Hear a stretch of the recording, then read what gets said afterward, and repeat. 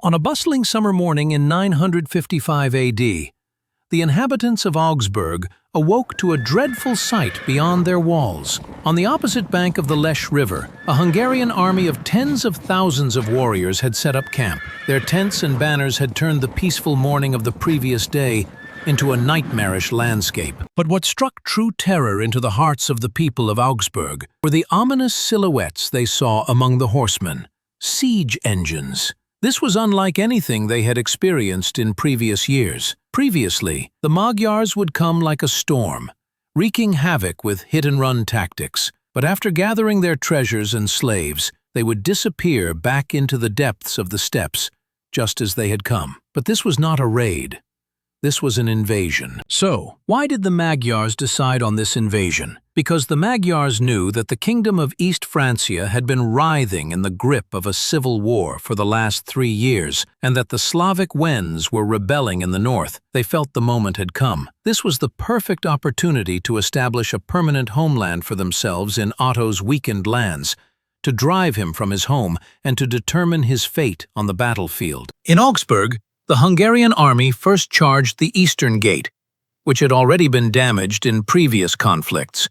But on the walls stood a man with a will of iron, Bishop Ulrich.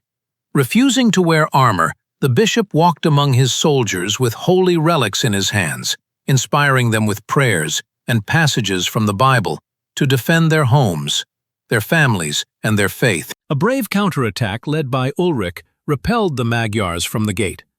At that very moment, the Hungarian commander leading the assault was killed, and his men retreated in confusion to retrieve their leader's body. The city could breathe for a moment. That night, the sound of the pouring rain mingled with the voice of Bishop Ulrich's speech to the exhausted Germans. Hope was faint. But the next morning, when a messenger brought the good news that King Otto was on his way to save the city, a spark of faith fell upon their weary hearts. This faith grew even stronger when they saw a large part of the Hungarian army abandon the siege and slowly disappear to the south. The battle was coming. The road to this battle was paved with blood and betrayal. When Henry the Fowler died in 936, the East Frankish crown passed to his 24-year-old son, Otto. At the magnificent coronation in Aachen, those under his father's rule, especially the 4 most powerful dukes of the kingdom, had sworn allegiance to him. However, Otto was different from his father, who saw himself as first among equals and kept central authority limited. Otto's dream was to be an emperor in the mold of Charlemagne, to unite the fragmented duchies under a single Christian banner. To finance this dream, he relied on the massive silver mines discovered in the Harz Mountains, which enriched the Frankish monarchy far beyond its rivals. Of course, these policies earned him many enemies. A year after his coronation, the kingdom was in flames. The Dukes of Franconia and Bavaria recruited his older brother Thankmar, who was angry at being excluded from the succession. But Otto, despite his young age, was a competent commander who had proven himself fighting against the Slavs on the eastern border during his father's reign. In less than 2 months, he brought his experienced army from the east and crushed the rebellion. Thankmar was killed in battle. Just 1 year later, the Duke of Franconia rebelled again. This time, he was joined by the Duke of Lotharingia and Otto's younger brother, Henry. The kingdom was shaken by a bloody civil war that would last for 2 years, but Otto was ultimately victorious. This time, he showed no mercy. The 2 rebel dukes were put to the sword on October 2nd, 939. His brother Henry fled, wounded, and eventually submitted to Otto. But fate presented Otto with a new path through a messenger from Italy. The widowed Queen of Italy, Adelaide, had escaped from the captivity of the usurper king Berengar II, and was requesting protection and marriage from Otto. Otto knew that this marriage would give him a strong claim to the Italian throne, and, ultimately, the title of emperor. However, this decision lit the fuse of a new rebellion within his own dynasty. His son, Liudolf, was enraged, fearing that his father would prefer an heir born to a foreign queen over him. He raised the flag of rebellion, taking Otto's son-in-law, Conrad the Red, with him. The kingdom was once again plunged into chaos.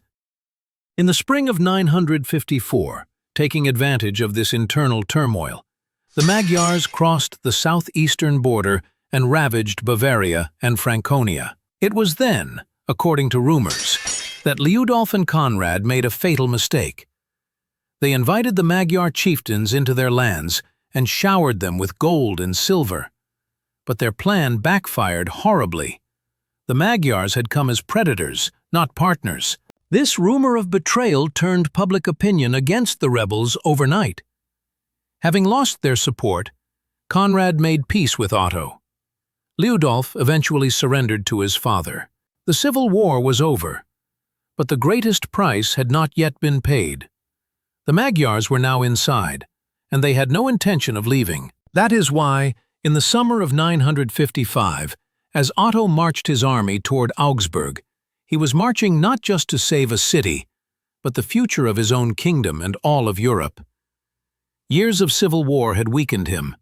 Against more than 10,000 Magyar horsemen, he could only muster around 7,000 soldiers.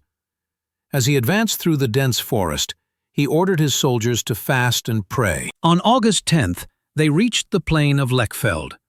He had divided his army into 8 divisions, Bavarians in the front, Franconians behind them, himself and his elite Saxons in the center, and at the very rear, the Swabians and the Bohemians guarding the supply train.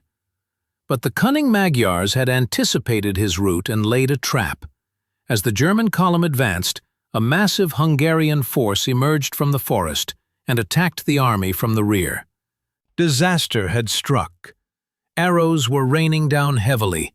Panic spread. The rear ranks collapsed. The supply train was lost. But then, a resolute command rose from the chaos. Conrad the Red had seen the collapse and knew his moment of redemption had come. He wheeled around like a whirlwind with his Franconian heavy cavalry and charged with brutal force into the Hungarian ambush, which was busy looting. The rearguard was saved. Now Otto moved to the front of his army. He held the legendary Holy Lance, believed to have pierced Christ. He spoke to his men not just of victory, but of salvation. Then the order came, charge! The 8 legions moved forward with determination in a disciplined formation. Half a century earlier, at the Battle of Pressburg, the Magyars had used the wide battlefield to encircle and annihilate the Frankish army. But Lechfeld was a narrow area, wedged between a river and a dense forest. This limited the Magyars' greatest weapon, their mobility, giving an advantage to the slower but much better armored German units. The battle began when the Bavarian infantry made contact with the enemy center. As the Magyar horsemen on the flanks charged forward to get within bow range of Otto's cavalry, they unknowingly trapped themselves in narrow corridors. This was the moment Otto had been waiting for. He gave the order for the cavalry to charge. The Magyars, trying to escape the approaching Germans, could no longer maneuver. It was a massacre. In the heat of the battle, Conrad was fighting with great courage. In the heat of the fight, he loosened the strap of his helmet for a moment to catch his breath.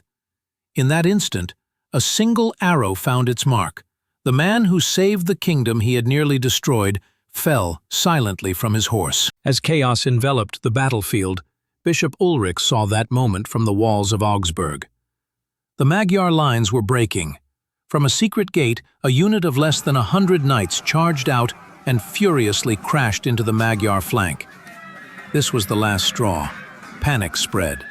Cries of retreat turned into screams of terror. Just then, as if summoned by fate, the sky darkened. A massive summer storm drenched the blood-soaked ground in a deluge of rain. The calm Lech River turned into a raging flood. Otto had already secured all the fords and bridges, and now nature sealed the trap. The fleeing Magyars drowned in the raging river. The rout had turned into a methodical annihilation. The Magyar chiefs Bulchu and Lehel were captured and hanged like bandits in Regensburg. This was a message to all of Europe. The age of Magyar terror was over. The victory had a staggering impact. The Magyars would never again raid the West. Instead, they would settle down, adopt Christianity, and establish the Kingdom of Hungary. Otto, meanwhile, returned as a hero. He was given the title Father of the Fatherland. This victory proved that he was the preeminent ruler and defender of Europe. A few years later, in 962, the Pope crowned him emperor in Rome. Thus, the Holy Roman Empire, which would stand for more than 800 years, was born. When you walk through the fields of Lechfeld today, you see only a peaceful landscape. But beneath the soil lie the memories of that bloody day when an empire was born. The fate of a people was changed, and Europe as we know it began. This was the Battle of Lechfeld, where Otto changed the world. If you enjoyed my video, please don't forget to click the like button and subscribe to my channel if you haven't already. See you in my next video. Take care. Goodbye.